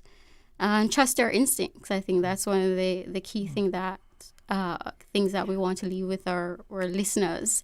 If something doesn't look right, or just ignore it. Don't pass on. Right. And don't pass on information. And again, visit gov.ky Misinformation for more information about digital literacy. So I went to that site yesterday, actually, so I appreciate it that it was there. I think it's a great one, gov.ky/misinformation. Yeah. That's correct. So if people have questions and want to get more of an idea of what we're talking about or a deeper understanding, there's a lot of examples there, which I thought it's a useful tool for people to look at to understand maybe they are being scammed or not. So I liked that. I thought that was a great thing.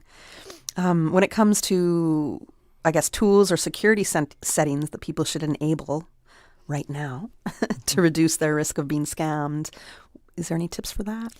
Yes. One of the ones that I notice that people often do is they save their password or their credentials, their username and their password in the browser. You know, there's a little prompt to say, do you want to save? You should never do that, because if somebody gets onto your computer, or, you know, another user or hacker or anybody, they're able to log on directly onto your whatever it is, your Gmail, your Hotmail, maybe your bank account. So be very careful with that. Where are you supposed to save the passwords? Well, you have to have memorable passwords. So. Oh, Miss Pam, my brain does not have the capacity to hold everything needs a password. Yes, it does. But what the advice is that think about 3 words that are memorable to you, and it can be. You mentioned you like dogs. Yes. It can be associated with that. But 2 others, because everybody's going to know. They're going to know, yeah. 2 other things that are memorable to you, and just some numbers that are memorable to you. Mix those in, and 1 special character. So that's much easier to remember. Okay. So that's a way to remember your password, but never save your password or your username in the browser. Oh, gosh. That's a big risk. And on social media, be very careful what you put on social media. Don't put all your business out there and all your important facts out there, because if you're being targeted, then it's all there for them. They can use that to target people that know you. Well, I know her very well because I know this and this and that about that person. So be careful about that. That's an ongoing concern I have for myself personally, actually, especially with hosting the show and with clips going out, and then the messages I get, it's just, I'm like... And your voice is well known as well, because you're on the radio, so somebody take your voice and put it into an AI tool, and before you know it, it's you said this and that. Also, social media platforms have security settings, so have a look in there. Most of them are self-explanatory. Well, just enable them, because that might be a good thing to do to lock down and secure your profiles. The other thing is multi-factor authentication, 2-factor authentication. Yes. Enable that on your social media platform. Enable that on your emails. And just generally check and verify. You know, when you receive something or something doesn't look right, seek advice as well. There's many places where you can seek advice. It can be friends and families, or you could email RCIPS, and their contact email address will provide. John Watson sort of gave his contact email address, and he'll be prepared to answer questions as well. Okay. And if you're a small business, what should you do?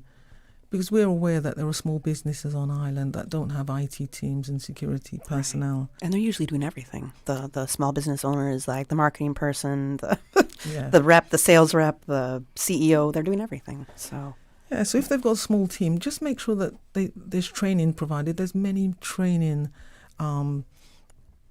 online tools available where, it's 15 minutes, 20 minutes, just the basics. So they can do that, provide training to themselves and their staff, and get the right balance of stuff that you may host locally on premises and in the cloud, because that gives you contingency. So just make sure that what you have here locally hosted on your systems needs to be here, and maybe put the rest in the cloud. And there's many IT service providers on island who can guide and advise you on that. Right.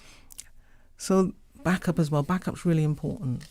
So make sure you've backed up your data, because if the worst happens, at least you've got somewhere to go to sort of recover your important files so that your business can continue to operate. Antivirus software on your computer for sure. And again, online you can download an antivirus, a trusted antivirus software onto your computers. And you can put an antivirus type software on your phone as well, depending on what type of business you do via your phone device. Okay. And again, multi-factor authentication on your phone and on all your work-related accounts. I want to just dip in right there for a second. So we had a conversation off air about the two-factor authentication process. And my colleague here, AJ, who's an engineer here, he was telling me about, okay, Kathy, don't ever use those open Wi-Fis, like in the coffee shops or the airport. And I just kind of rolled my eyes. I'm like, AJ, I'm in the airport. I need to call my Uber. Absolutely. I'm going to get on the open Wi-Fi or the open Wi-Fi while I'm standing in the 5-hour immigration line to, because I'm bored. So, and I was like, so I need to especially just get the Uber, right? And he goes, okay, but that two-factor authentication, he said, is it via your email on your phone? And I'm not going to confirm whether it is or not, because I don't know who's listening here, right? But he did say, don't do it via email.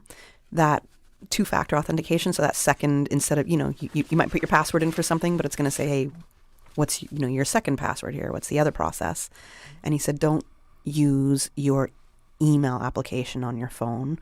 Instead, choose the SMS text to be sent to you, because once that scammer has been able to get through the Wi-Fi and onto your apps, then they can access all your information there, but they're not going to, the actual phone itself, they can't access. That's what I understood. So he said, do the choice where you can get an SMS sent to your phone number. Yeah, I mean, the SMS is the telecommunications technology, totally different technology, and it's unlikely they can access that. That was a big point for me, so I know I'm changing my things there. Yeah. So if you have the option, then yes, it's a good one. Mm-hmm. But you can also secure your phone with VPN software. Ah, yes. Which you can Google as well, the top 10 VPN products, and choose one. And it creates a secure channel between your phone and the Wi-Fi you're connected to. So that's another thing to look at. And it would safeguard against that issue we've just talked about. I'm going to do that too, yes. I remember you said that to me earlier, and yeah. I'd forgot. So yes, thanks for bringing that up again. And don't reuse the same password. So we talked earlier about difficulty remembering password. Just make a little slight change to the password, so you're not reusing the same password. Because if it gets compromised once on one device or one account, it's very easy for them to roll across all your other accounts and try that same password. Right, of course. All right, we're coming to an end. So we've got maybe about a minute. If there's any final thoughts that you'd like to share with our listeners. Yes, just to remind our listeners that government's official source of information can be found at gov.ky. On social media, it's Cayman.gov. All right. And also just to say that if you've been scammed or you suspect you've been scammed or actually been scammed, contact RCIPS, rcips.fcu@rcips.ky. All right. Thank you very much. It was great to have you on this morning to give a little bit of better information towards the misinformation that is spreading in Cayman, and to let people know what they can do to make reports about it and how they can better protect themselves online as well. So thanks for joining us on The Buzz this morning. It was great to have you. Thank you very much. We're going to go to the 9 a.m. headline news, and then I'm going to be talking with the winners of the Young Chef, Young Waiter, Young Mixologist competition. From Radio Cayman's newsroom, this is Headlines. Local, regional, international news. The headline news is brought to you by Kirk Market and Health Services Authority. The newest crop of students in the Public Works Department's apprenticeship training program were onboarded this month. The new apprentices will be schooled in various construction trades at the Construction Trades Training Center. The full-time 52-week program equips participants with practical skills and prepares them for, quote, internationally recognized cities and guild certifications upon successful completion. In international news, a manhunt is ongoing for the killer of conservative activist and influential Trump ally Charlie Kirk, who died after being shot at the University of Utah. 2 people who were arrested have since been released, with officials saying they have, quote, no current ties to the shooting. Meanwhile, President Trump says he is, quote, filled with anger and grief at the heinous assassination, calling it a, quote, dark moment for America. Officials believe Kirk was shot from a roof. He founded a conservative group, Turning Point USA, aged 18, and was close to the president and his family.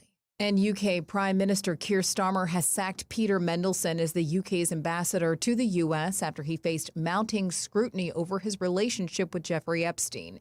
The Foreign Office says the decision was made, quote, in light of additional information from emails between the 2 men. They showed, quote, the depth and extent of Peter Mendelsohn's relationship with Epstein, and that it is materially different from what was known at the time of his appointment. In recent days, U.S. lawmakers released a number of documents, including a letter from Mendelsohn in which he called the late convicted pedophile, quote, his best pal. Those are your headlines. I'm Karsley Fuller. More news available at www.radiocayman.gov.ky. Check out our social media pages: Facebook, YouTube, X, formerly Twitter, Radio Cayman Headline News.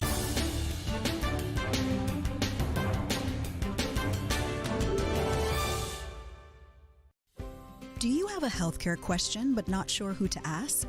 Contact HSA's Patient Call Center to speak to one of our experienced clinical team members. We are here to answer your questions and help guide you through your healthcare journey. Need to make an appointment? Our team can help. Contact HSA at 949-8600 or email info@hsa.ky. At HSA, we are committed to caring for you.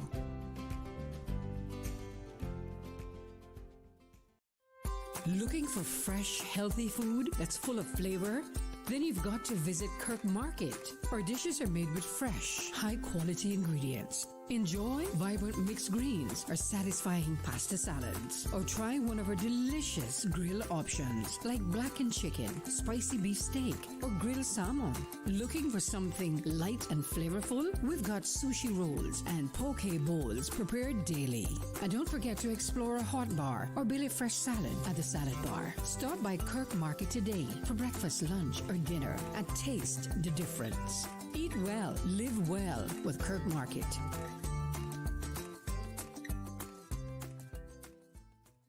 Radio Cayman, maintaining the innovation.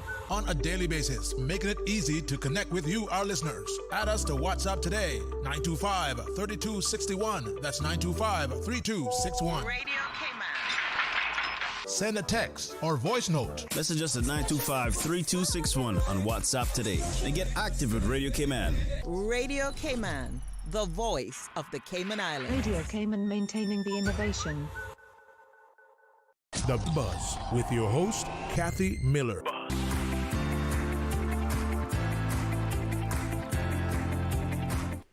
Good morning. Welcome back to The Buzz. I'm your host, Kathy Miller, and we are talking about the 2025 Young Chef, Young Waiter, Young Mixologist Cayman Islands competition.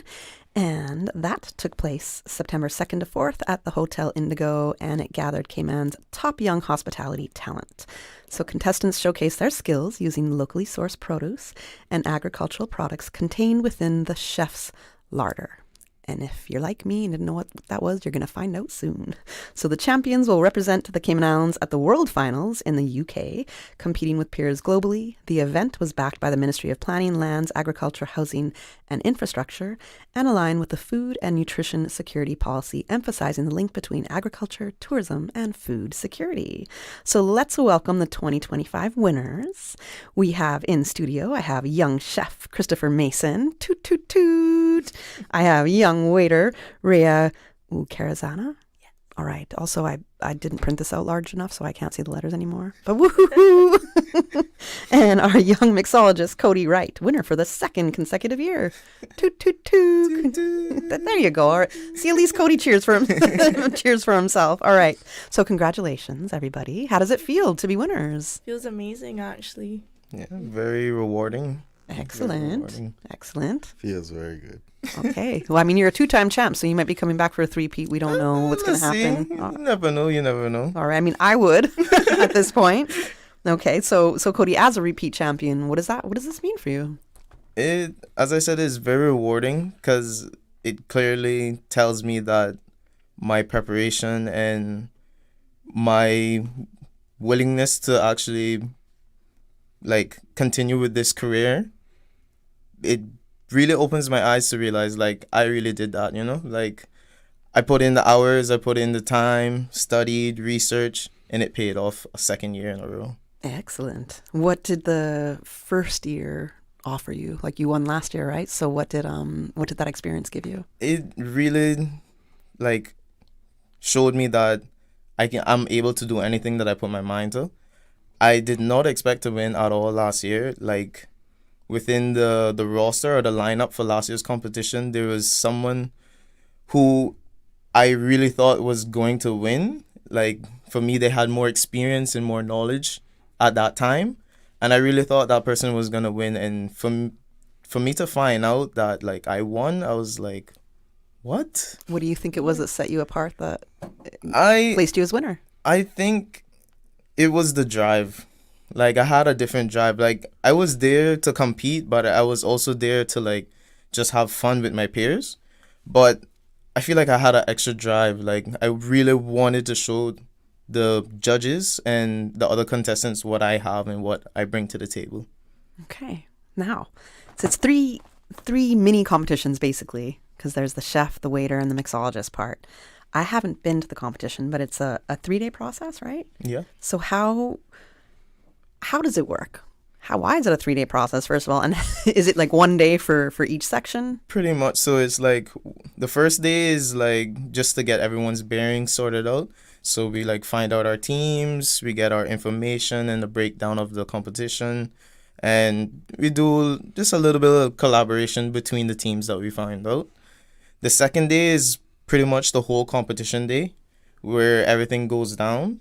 And then the third day is pretty much like just a award ceremony. Okay. Yeah. Okay. Now, Rhea, Yes. as the young waiter of the year, congratulations. Oh, thank you. What goes into the process for you for preparing for the competition, and then what is the actual competition part for you? So preparing for the competition, I actually prepared like 3 days beforehand, did all my research, put all my ideas together. I actually went to the wine academy to train and like perfect my very cool my knowledge. Yes.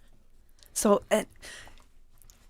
I used to be a bus girl back in the day, a hostess, a bus girl. Yeah, that's where it all started actually. Yeah. So, you know, I know what it takes there, but when you say you have to do some research, like what is involved there? What research are you doing? I guess you can say like just a reminder like for the table settings, left hand, right hand for service, little conversation. Techniques. Yeah. Okay.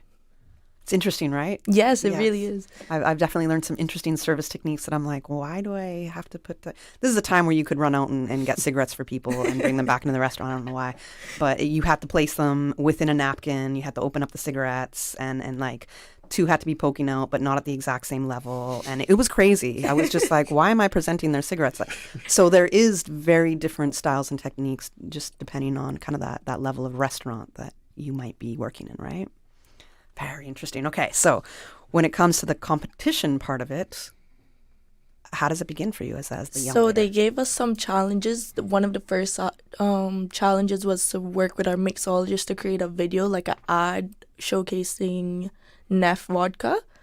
And basically it's the waiter doing all the videography, all the captions, all the editing, and basically guiding our mixologist to success. Then after that, I believe our next challenge was setting the table. And I'm actually really proud of that because out of all the people, I truly believe that I represented Cayman with my table setting and gave the judges a piece of Cayman. So how did you do that? So I brought this scarf, almost like a table runner, that has like Cayman Islands, and it's all blue and all, colorful. And I also brought a conch shell for my centerpiece and a little crown and a candle to represent Great Britain, to represent our ties with them. And yeah. That's nice. I like those little touches for the table. Okay, excellent. And did you have to do anything where you're actually serving food and drinks to people? Okay. Were you judged on that? One of the challenges were to pour champagne into 4 flukes, and the judges said I executed it perfectly. So you're not allowed to spill a single little drop? No. Okay. The competition was very intense. Okay. I mean, when you see people pouring soda, first of all, there's an art to that as well, right? Yes. So, you got to tilt the glass a little bit. Yeah. So, yes, it's interesting. Okay. How did it feel when they said, you're the winner? Did you think? It was nerve-wracking. I was, like, my heart stopped for a second, and I was so overwhelmed. And then they were like, Reyah Carazan. And I was like, oh, my gosh, they called my name. What made you do this competition? I do have previous experience being like a server, a waitress. And my boss was like, you should do it. And I was like, I don't know, I'm a little bit iffy. But I'm very thankful for her guidance. That's Miss Diane. Big ups to her. Do you still waitress at all? Not at the moment, but I am going to start some training, some cross training. Okay, awesome. And I'm going to ask this question because I always hear it. So there's a bit of an idea that young Caymanians have no interest in the hospitality industry whatsoever. I completely disagree. That you don't really see them in the industry so much. But I mean, I have 3 young Caymanians right here that are. So especially when it comes to service, do your friends ask you about it? Do you try to encourage them at all? Yes, I do. I am always looking for jobs for my friend, and I'm like, try this. You will love it. Like, it fits your personality. You are so unique. You will enjoy hospitality in Cayman. It teaches you so many skills, especially people skills, just speaking with people. It's such...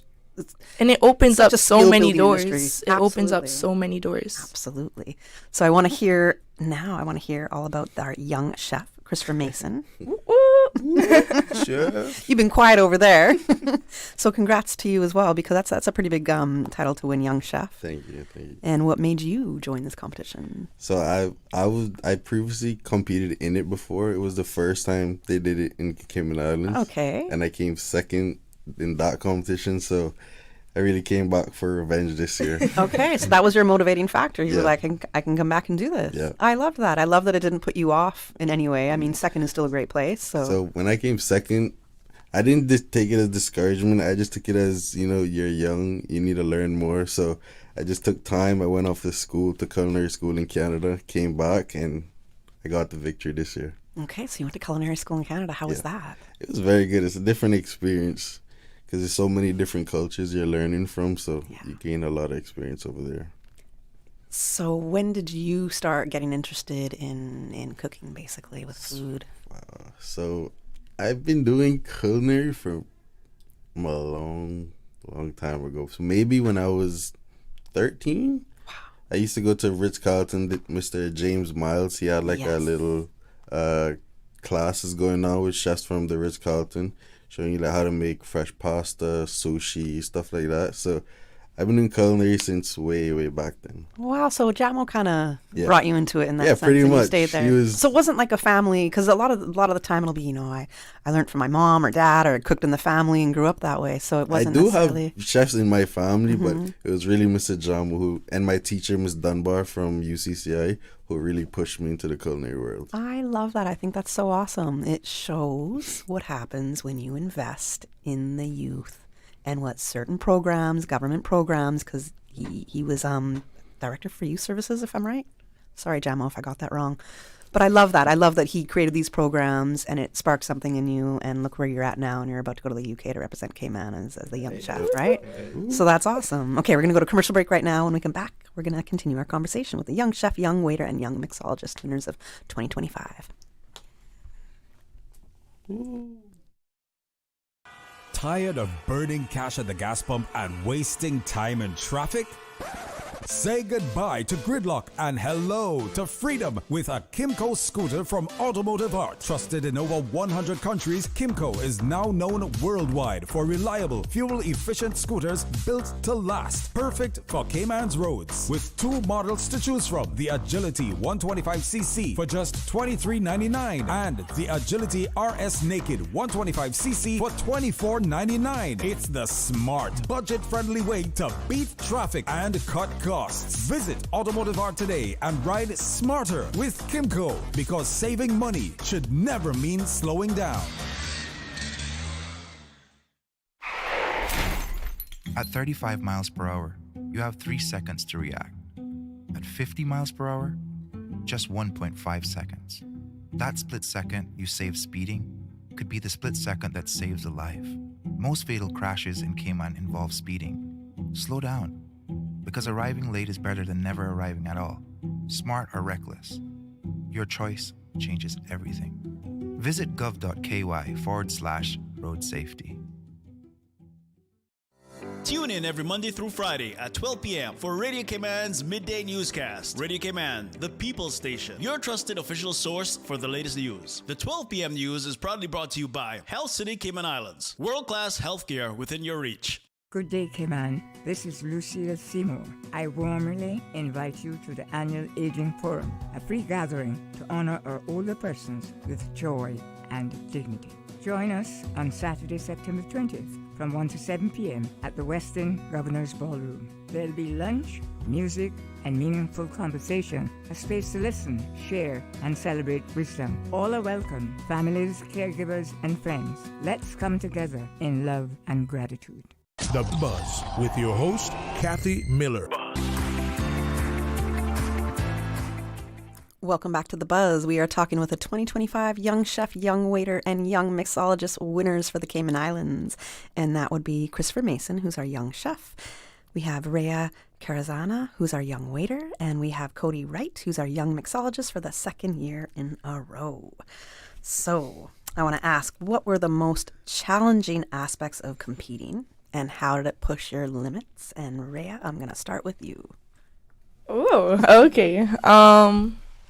I guess you can say one of the most challenging things for me, I'm going to be honest here, I was actually competing against someone who came from the same program as me. And, like, we're like this. We're very close. So, like, that competition was intense. Mm-hmm. Like, it was either me or him that's going to bring it home. And I'm glad that both of us came out successful.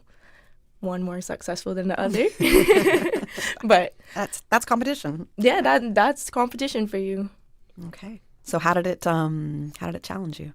I guess you can say in the challenges, we were both looking over each other's shoulder to be like, you got this, I got this. Oh, okay. Let's do this. Okay. So it was more of a supportive kind of challenge in that sense.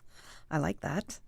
Now, what about you? We're asking you now, Christopher. So out of the most challenging aspect of competing, what would that be? The most challenging aspects of competing? So I'd say the most challenging part of the competition was probably time management in the kitchen. Because the first year when I did it, there was a little lenient on time. So if you were kind of late, you'd get points deducted, but it wouldn't be as much. This year they were way stricter. So it was like, you go out on this time, you serve at this time, services this time. So that would probably be the most challenging part.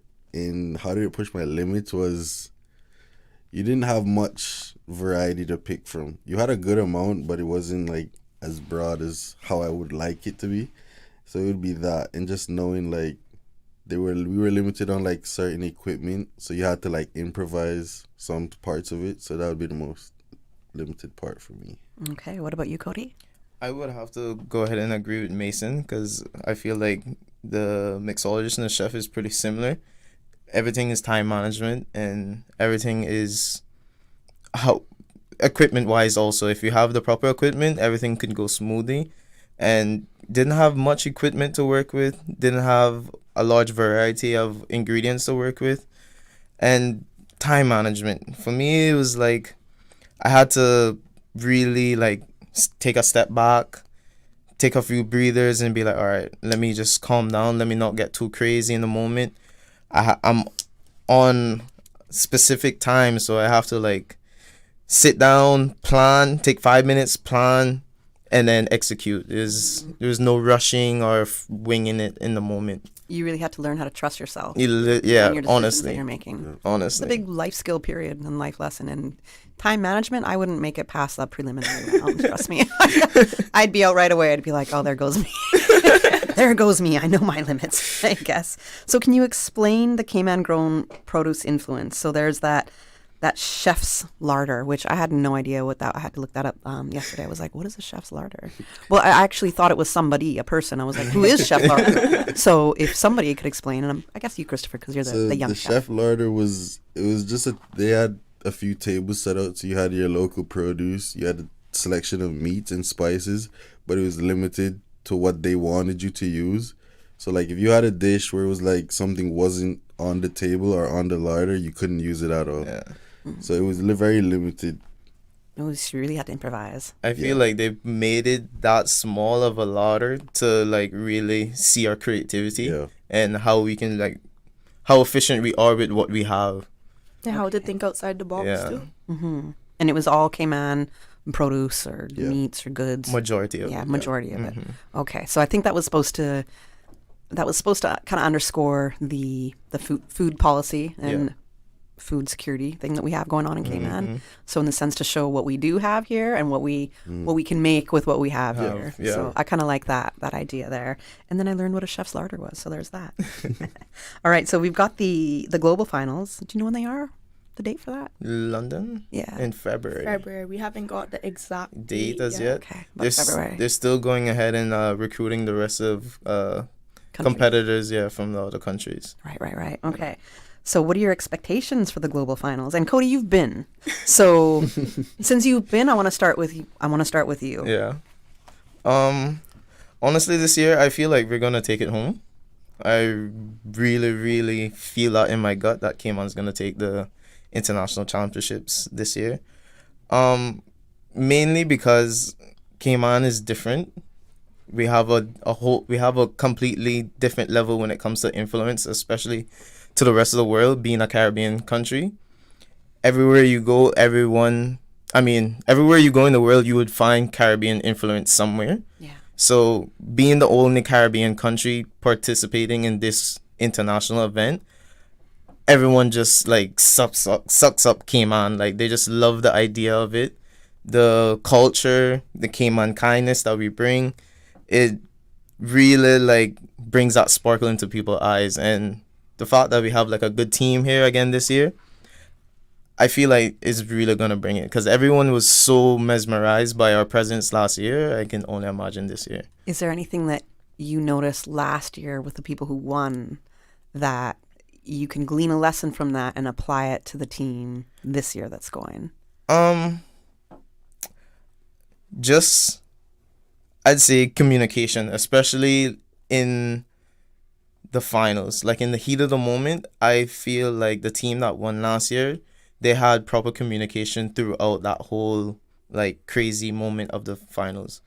And this team now, I see that we have really good communication from like we haven't like really got together and done anything together, but like the first 2 nights of us knowing that we're the winning team, everything has just been clicking. Yeah, that's pretty cool. So overall, when you go to the global finals in the UK in February, is there individual I guess competitions in that sense? So there will be one individual young chef, young waiter, young mixologist, and then is there an overall team? So I know it's overall team. Okay. Last year they didn't have individual segments, but I really hope that they do, because a lot of people were disappointed last year because they couldn't find out they won as a team, but who was the first or second best chef or mixologist? So right, you kind of want to see that. Yeah, exactly. You can put yourself on the list and see, I'm doing good. I feel you with that. I agree with you on that. I'd want to see that too, especially of young up and coming mixologists, bartenders. I don't wanna toot my own horn, but toot it, pop your collar. Absolutely. I was told by the judges that last year I was 2nd overall mixologist. So wow. So of course we want individual overall. Exactly. World, like come on. come on, a world title for this. Of course. That's pretty amazing. Thank you. Toot your horn. Keep up with it. What about for you two here? So when it comes to the global finals, what are your kind of expectations? How are you preparing for it? So for me, I expect it to be very hectic or organized chaos, I would call it. But I'm preparing for it because I have a few mentors, so I'm kind of bouncing ideas off of them. Like, how could I have improved this dish? What could I have done better on this dish to make it on a global scale? But also have that little flair of Cayman in the dish. So I really want to bring out international flavors, but still have ties to my Caymanian flavors in the dish. So gotcha. Yeah. I like the fact that you have some mentors as well. Yeah. I think that's pretty. You're going to go far. I think that's awesome. All right. And for me, I plan on going under a 3-month training with very big names in the industry. Okay. That will be able to train me. You can't drop a name? Still do plan on adding my own Cayman twist to it, because that's what made me win, and I'm going to do it again. Can you drop a name of anybody that you're trained with? Not at the moment. Okay, no problem. No problem. But we know she's got some names. So overall, to help the team out, I like this. Okay, this is good. Now, my final question for y'all: has being part of this competition changed your perspective in pursuing or staying within the hospitality industry? I want all of you to answer that. I'd say yes. Just knowing that, I came 2nd the first time I did it and I won this time, it just makes me know I have the skill, I have the drive to keep pursuing it. So I'm really going to keep pursuing it and try to become big in it and just, try to go internationally and just make people learn about Cayman Islands, about what we have to offer here in our culinary industry. Okay. All right. What about you? I would say it has changed my perspective. Hospitality does open a lot of doors, and I do plan on staying in the industry. I'm really passionate about it. All right. And Kody? For me, I've been bouncing around in and out of hospitality for all my life. I've done everything from the medical to logistics, warehouse, and every time I go in or dabble into something else, I always find some way back into hospitality. And I say it's been 4 years now I've been in hospitality, steady, I haven't left, and it's the best. I love it. I get to meet so much people. I get to learn so much things from so many different people. And just the feeling of giving great service to someone, someone who might have a whole bad day and they might come to my bar, sit down, and they can completely unwind with me and they can go home or leave that establishment happy and their day has changed. Makes me feel better as a person. That's a win for me at the end of the day. Hey, awesome. You might have to start charging some therapy fees. Yeah, honestly. That'll really be a major part of your job if you stick as a bartender. Part-time bartender, part-time psychiatrist. Yes. Well, thank you so much, everybody, for joining me. And if there's one thing that you could tell your generation about being in this industry, because as I've said before, for some reason there's been a lot of talk, or we don't see a lot of younger Caymanians in hospitality. What would you say to them to encourage them to get into the industry? Pick it up. Don't be shy. The hospitality is more than just bartending or being a chef or a waiter. There's so much other things you can do in hospitality, and it's very rewarding. It's a very rewarding sector to be in. You can just, as I was saying, for instance, making someone's day better, you can keep in contact with that person, and that person can be a friend for life. That could be someone you can visit in a whole nother country, and they take care of you just because you took care of them in that moment. Yeah, that's very true. And people are really looking forward to see Caymanians when they come here. Yes. When they come here, there's so many times people have seen me and they're like, "You're Caymanian?"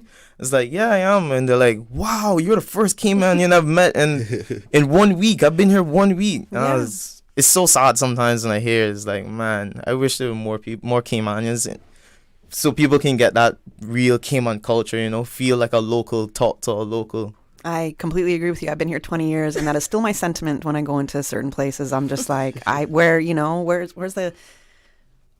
As a tourist, where are you getting that Caymanian experience in interacting with people on an everyday basis? Exactly. Restaurants, shops, whatever it is you might be doing. So, and I know we're going to wrap, but as I said, if there's any words of encouragement that you would leave for your generation to join hospitality, what would you say to them?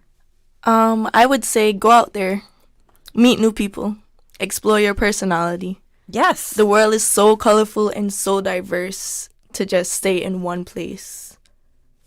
Absolutely agree with you. Beautiful. What about you, Christopher? I'd say just go out there and just be yourself. Like, don't try to be something you're not. Just be yourself, and they'll accept you, because like Kody said, the industry is so diverse. You don't need any experience almost. You can just go there and just soak up a lot of knowledge. Just knowing that, like, you can make someone's day by just talking to them, giving them good service and stuff like that is very good. Because I had a friend where there was a lady, she was going through like a rough time, and he was a bartender. He gave her great service and great conversation, and now he's her private bartender, actually. Oh, wow. Yeah.